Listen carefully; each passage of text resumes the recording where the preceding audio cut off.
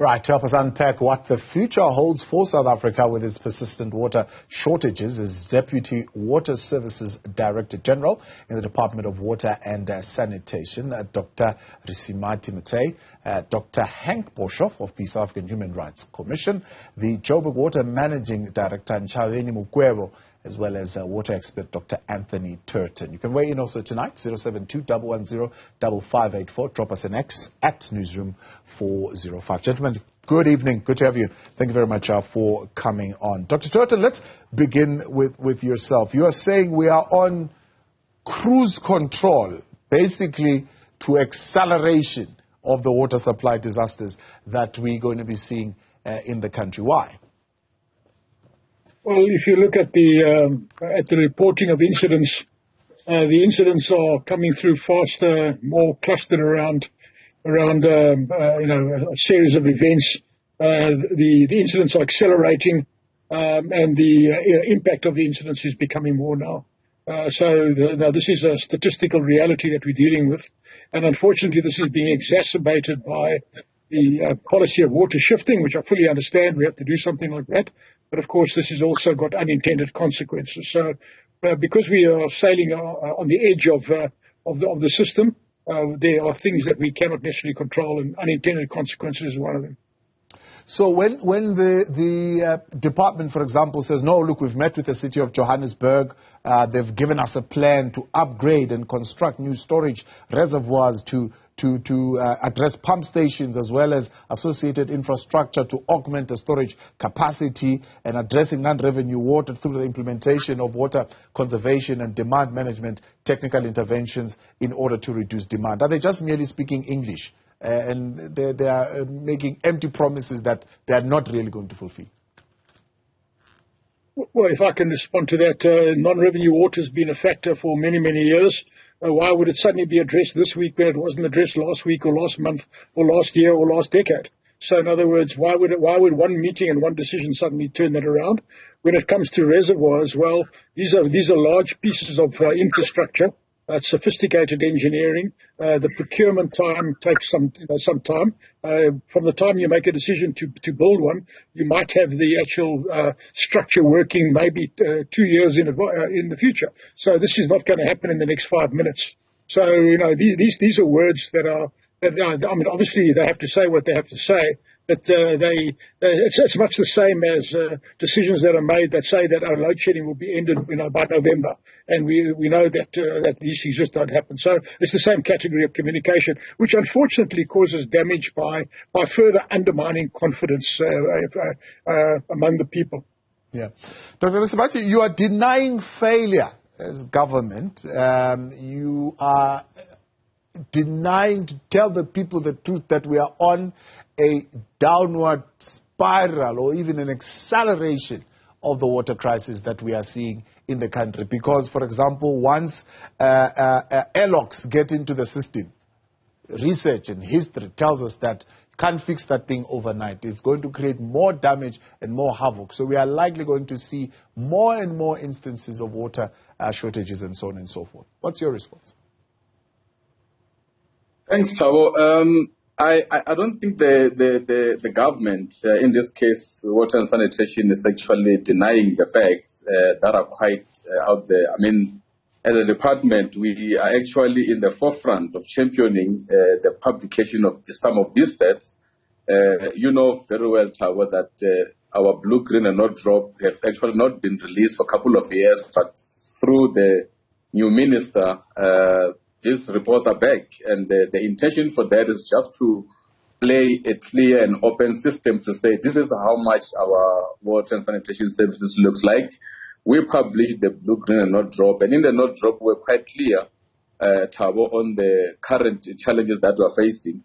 We went as far as also holding the summit on the 18th and 19th of Jan. It's part of us trying to step closer to the challenges that we are facing in our sector. So it's not a denial of any kind. And I must say, Thabo, that as a department, we are not only stepping closer in looking at what the municipalities are doing, but we're also trying to hold them accountable. We requested action plans from all the municipalities, and in this case, even City of Joburg. We had a meeting with them on the 5th. We had a follow-up meeting yesterday, part of which was to go through some of the commitments that they've made, issues of storage capacity that Dr. Anthony spoke about, which some of the systems are not fully functional. And we are trying to hold them accountable because that function, Thabo, of providing water rests much with the municipality. And in this case, while we set the norms and standards and regulate, we still need the municipalities, in this case, City of Joburg, to actually perform their function. So it's not actually a denial, but it's basically having the municipality to account on their commitments. Yeah. But I suppose the lack in confidence building truth, so to speak, is the fact that you see people of Verulam rising up saying we haven't had water for 2 weeks, and you go to them and you lead them to believe that their problem is going to be solved tomorrow. Or I speak to Mayor Gwamanda and say people of the city of Johannesburg have not had water in 12 days. And he says, no, I promised them that by tomorrow, the next day or the other, reservoirs will be full and all their problems will be gone. And what Dr. Turton is saying is that that's not true. Because, for example, the issues that you're talking about of non-revenue water have not been dealt with in years. And they are not going to be dealt with in 2 days. You still need to be honest with the people and say, this challenge is going to take us 4 years to resolve. Look, Thabo, just to add on the point, it's when you talk the issues of non-revenue water, I think we need to also put in the components of what actually constitutes the concept of non-revenue water. Physical losses are just one component of water losses, which is part of non-revenue water, but there's also issues of unbilled consumptions where the municipality fails to basically collect the revenue. And with City of Joburg, on average, they're around about 46% on non-revenue water. But when you look at their physical losses, it's roughly around 25-26%. So that is basically the difference thereof. Now, if you talk about the escalation and the growth over the couple of years, yes, these indicators have always been there. But what we have picked up, which is, I think the MD will talk to, is that slow and the speed on the operation and maintenance of the services when there's leakages on the system has been a concern. But issues of funding, of course, is one of the critical issues that have actually come to the play that the city is basically battling with. I mean, they have in their infrastructure replacement, they need about 26 billion or so to invest to keep up with the rate of pipe replacement, some of the old infrastructure, as well as doing some of the water conservation and water demand management in the system. Now, all these needs to be put together when we talk about water losses and not only talking on one component. Then, of course, there's a customer relation where our customers also need to play a role in to ensure that at least the water that we have in the system will basically minimize the consumption. Because Gauteng, to be precise, is actually one of the highest consuming provinces in the country, way above the world average, even the national average. All right, we'll come back to that question of consumption in a moment. I'll bring in Dr. Turton. But Dr. Boshoff, let's bring you in here. Are you saying there's a lack of appreciation from technocrats, political heads, of the price to pay, other than just this issue of more tax going into this issue? But there's a bigger price to pay in this lack of urgency, speed, as Dr. Risimati says, in addressing the water challenges and, I suppose, dealing with the issues of corruption and making sure that the funds are going to where they need to go. Well, let me start by saying that the Human Rights Commission appreciate the work that is being done by the Department of Water and Sanitation. However, the South African Human Rights Commission has been flooded with complaints from ordinary citizens. Members of the public have absolutely flooded the Commission with complaints with regards to the lack or insufficient water provision. And the Commission, and it's not only the South African Human Rights Commission. I think there are other Chapter 9 and also Chapter 10 institutions that are extremely concerned about the state of water provision in the country. Now, there were media reports yesterday that the public protector had engaged the Minister for Water and Sanitation. We have, over the last few years, conducted so many service delivery inquiries in the country We've had inquiries in Mpumalanga, Limpopo, KwaZulu-Natal. Next week we will be conducting a service delivery inquiry in the Free State province. The situation in the country, or the challenge in the country, is real. People are extremely concerned about service provision in the country. And to refer to your question, what is the price that needs to be paid? We are approaching elections, and I'm sure that will be addressed on the 29th of May.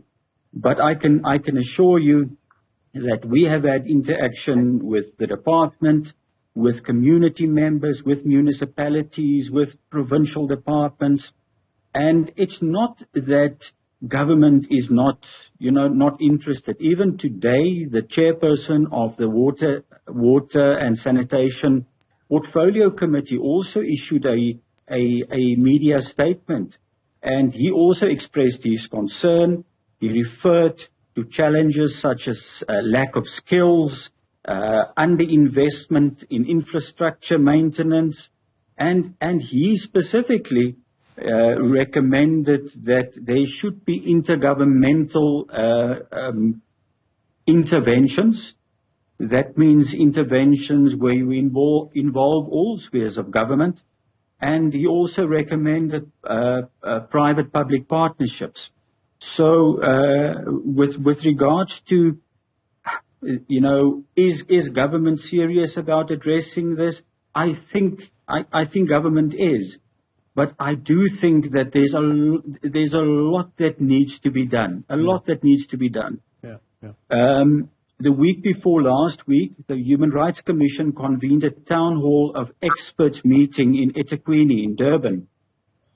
And we invited the residents of Verulam and Phoenix. We also invited a number of experts to address us, to provide us with their views on what is really going on in eThekwini specifically. And what was highlighted by the community was, vandalism that is taking place. And the experts also indicated to us that there's a lack of expertise in the engineering department of eThekwini, especially on professional level, your engineers, etc. I think there's approximately 600 staff members working in that department. Okay. But there's a concern about the level of expertise, professionalism in departments. And even the chairperson of the Portfolio Committee today, in his media statement, acknowledged that. And he said, there's a lack of skills. And those are the issues that we need to address as a matter of urgency. Yeah. Well, Mukwevho, let's bring you in quick here before we go to the break. I mean, is there a sense in which you need to come forward to the people of South Africa, as Dr. Turton saying that people of South Africa, we have reached a threshold when it comes to water security? Yes, we can do all these things, repair leaks, replace reservoirs, replace water pumps, and so on and so forth. But at a much more broader scale, a complex issue is that we have reached a threshold in our water security, and we need a different sustainability plan than the one that we've currently been pursuing. Thanks, Thabo. Indeed, you're very right. And that's why you'll see even in our communication, which, by the way, is not communication that only started now while we are going through the current challenge. It's something that we've been communicating all along, that we really need to use water correctly, especially as the region, especially as the city as well. Because the challenge itself, it cannot only be resolved on our side, and it cannot only be resolved on the side of consumer. We need each other so that we can be able to deal with this. And one thing on the side of us as the local authority, we need to deal with the issue of infrastructure. It is a fact. And if you look at the issue of non-revenue water, for instance, which is one of really the critical measures that we use for a water utility. It is not an event. It is a way of running a water utility. And we need to make sure that there's consistency, there's pace, and of course there's scale in what we do. Because I can tell you specifically for the city of Johannesburg, you can go to our annual report, you can go to the business plan, which are public documents, you will be able to see that there's a clear strategy. But of course, what we need to change is the issue of space and scale. Because for a size of the city of Johannesburg, you'll appreciate the complexity and the extent of the infrastructure. Talking about 12,400 kilometer of water network, it means on annual basis, you need to be able to make sure that you are replacing quite a number of kilometers for that network. This is some of the things that we really need to change as we move forward. But of course, at the same time, while we do that, we need to engage with our residents, as you say, because we actually need them so that they can be able also to use the water in the right way. I can give you an example of two things. One, it's not about that I can be able to afford, and because I can afford, I can use 100 kiloliter a month. It's not about that. Is it an issue that we are a water scarce country? Let's make sure that we use really the amount that's really reasonable. At the same time, you may be aware that for the city of Johannesburg, we also, and this is what Dr. Mathye was touching on, we also have a component in our billing environment where we have what we call flat rate customer. And those are some of the things that we need to change, because our experience is that if you are not on a metered connection, of course, you will use water in a different way because you're then actually able to see that in your bill. So those are some of the things that we need to make sure that we change as we move forward. Back live with you with our panel of experts talking on the water crisis in the country, in the city of Gauteng in particular. Dr. Turton, let's come back to you. The closed water valve situation in the city of Johannesburg, was it a sabotage or was it incompetence? The simple answer to that is we don't know. The fact is that the valve was closed. That's all we know, is that the valve was closed. And it took a few days to discover that it was closed. So we need to understand why it was closed. Was it closed because it was just a mistake? Well, that means one thing. Was it closed because it was, in fact, deliberate? Well, that means entirely something else. What I can say is that my personal observation in KZN has been that valve closures are very often associated with violent protest, and very often are a precursor to violent protest. We saw that in the Looters War of 2021, and we also saw it just recently in the labour relations issues that happened around eThekwini in the recent past, where valves were broken and meters were smashed, etc. So it is a potential pattern of behaviour. The fact that it could be done, and the fact that it had such a large impact, in my view, as an ex-national security person, I think it actually raises national security concerns. But I don't necessarily want to securitize, this matter. But it could potentially be an act of let's call it vandalism, to soften the word. Could be an act of sabotage, to sort of harden the word. In an election cycle where we know that South African elections are very often associated with protests that can be on the vigorous side. Yeah. Soften the word. And so are you saying it's just a law enforcement thing? Is there something that we need to do in terms of the infrastructure that we build to, I suppose, safeguard that infrastructure from such acts? No, I'm not saying it's a law enforcement issue at all. I'm saying it's a national security issue. National security and law enforcement are two completely different things. So we need to understand that distinction. You must appreciate that Rand Water supplies or sustains about 60% of the economy and approximately 20% of the population in South Africa. So any act that disrupts that, it has got security issues.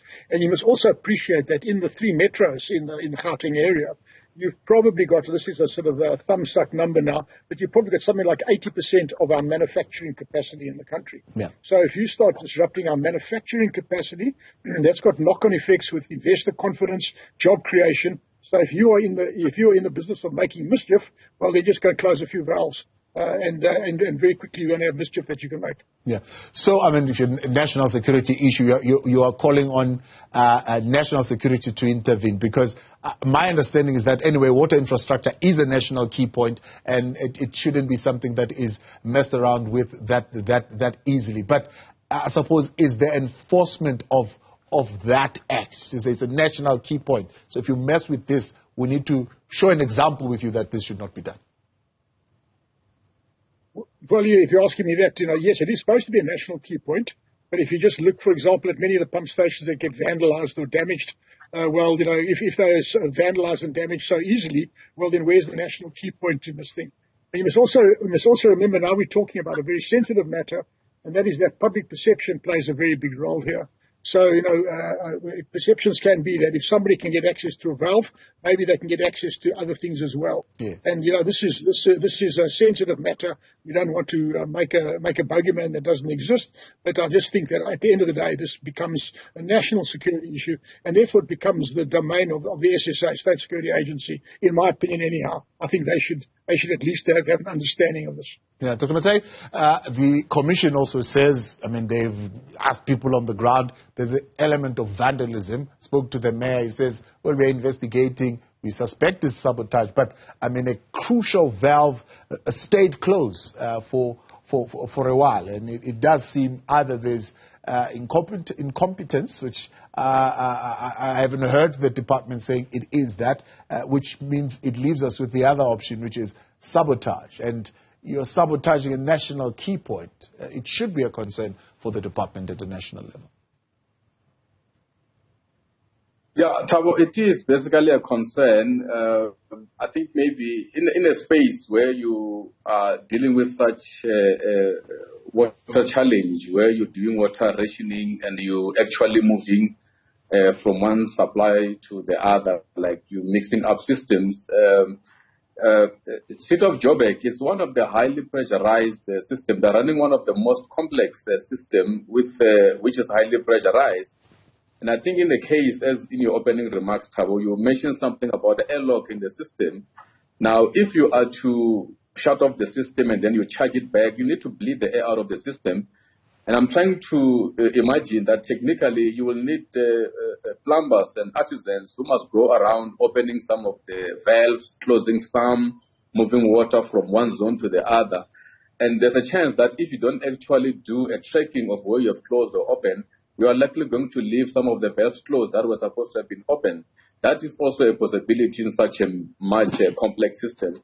But then, of course, the fact that it took time for it to be realized, that calls for concern, and it's a matter that should have been handled much more better. Yeah. Well, Mukwevho, what happened there? Why did it take so long for it to be picked up? And thank you very much, Thabo, for this question, because fortunate enough, I was on site that Monday, the 11th. It was Monday the 11th, when that valve was picked up. And one thing possibly that we could have done better, really, is really to communicate around this issue of valve. And we tried by all means now, I'd like to clarify that, simply because we found that the discussion usually goes towards the fact that towards the point that the entire disruption of water or the failure to restore water timelessly was as a result of a valve.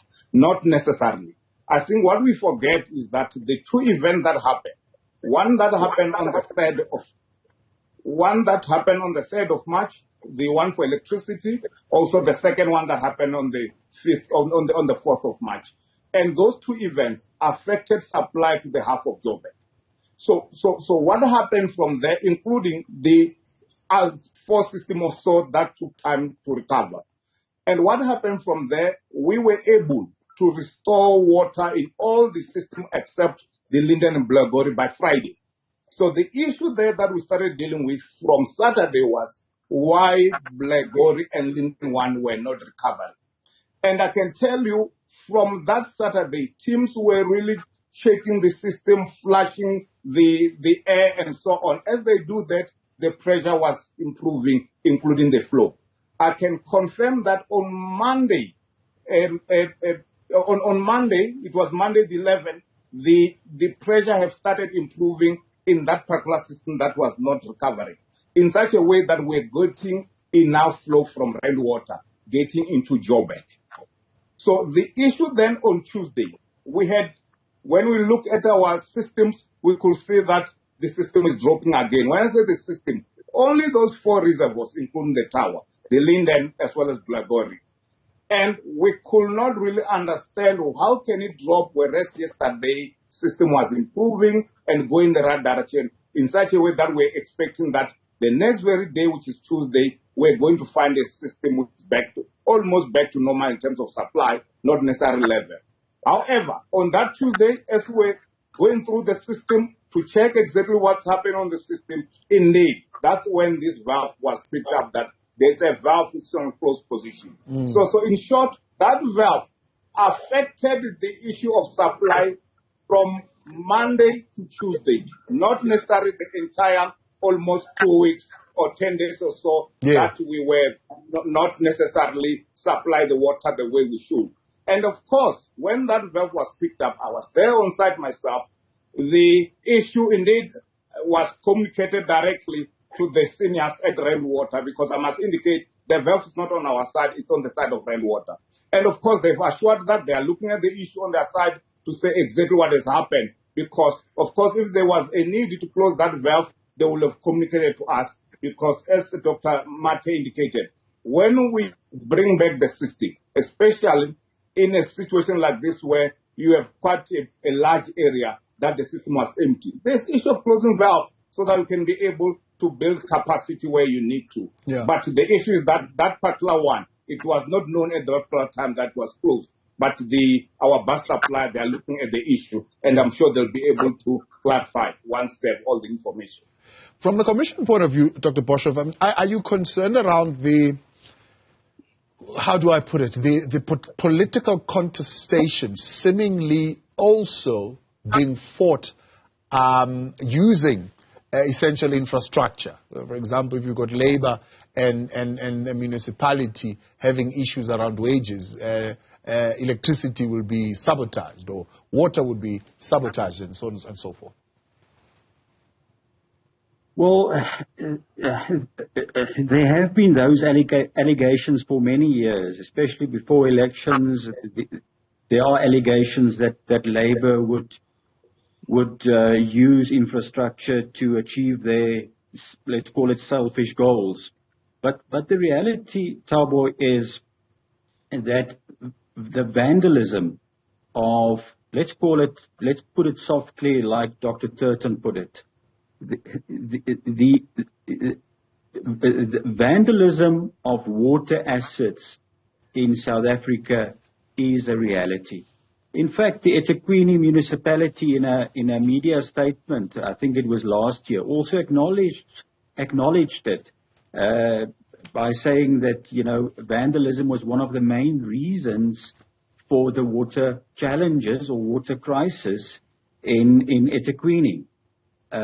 When we had the town hall of experts meeting in Durban the week before last, a resident of Verulam also informed us that he actually climbed up a reservoir and that he then noticed that one of the valves at one of the reservoirs was closed, and he then informed the Water Services Authority to attend to it, and they immediately did and opened the valve, and the water challenges in Verulam was, well, for a very short time, immediately addressed.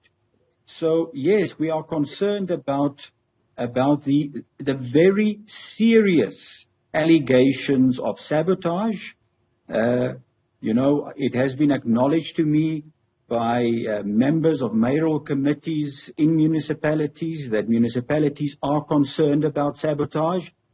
Those allegations are real and they are serious, and the Commission is extremely concerned about sabotage, and then obviously about the vandalism of water assets at municipal level. I have about 4 minutes, so I'm going to give you a minute each. Let's wrap up the conversation. Dr. Turton, the way forward, can we build better? Can we build stronger? Can we build more sustainable infrastructure?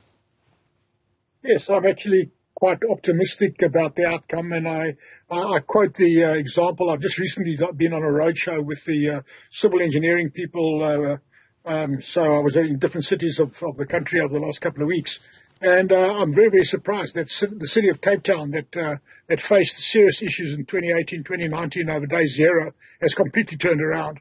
They've got very sophisticated strategy now, and they're communicating it well. It's investable. They've restored investor confidence. So Cape Town has shown that it can be done. The other end of the scale is eThekwini. I think they are really struggling at the moment. Somewhere in the middle is Johannesburg and Ntshavheni. So yes, we can turn around. We have to turn it around because, as one of my heroes said, when Apollo 13 was in difficulty, he said that failure is not an option. Yeah, indeed. Dr. Mathye, are you taking a leaf out of the book of the Western Cape and how they turn things around? Look, I think we appreciate what the Western Cape is doing, and I think it's quite clear that there's actually plans that can actually be implemented nationally to deal with this. Building a water resilience system needs a lot of investment, and we can't basically talk outside of it. We need to look at some of these key stresses in the system, issues of strategic reservoir. One of the key challenges is basically to ensure that we've got enough storage capacities, specifically in the area like City of Joburg, so that you are able to even curb some of the bulk storages in your system, but then you need quite a lot of investment. This goes to proper planning, your IDP systems, when you go to your consultation with the communities, private sector involvement, raising capital.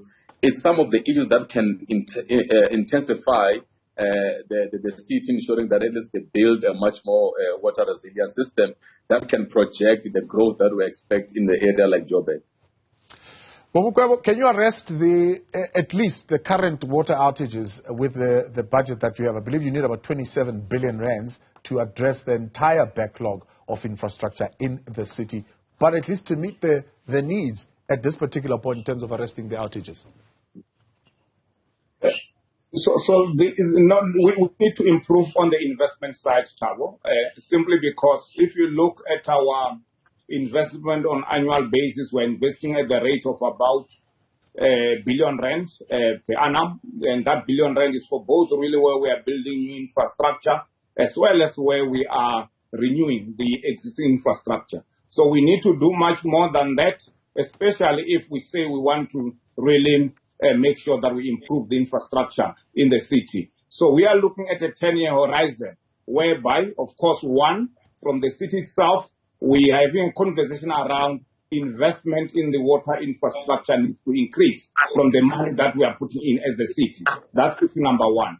Two, we are looking at the issue, of course, working with DWS, National Treasury, where we are on a path of involving private sector, especially in those areas where private sector will be able to have appetite.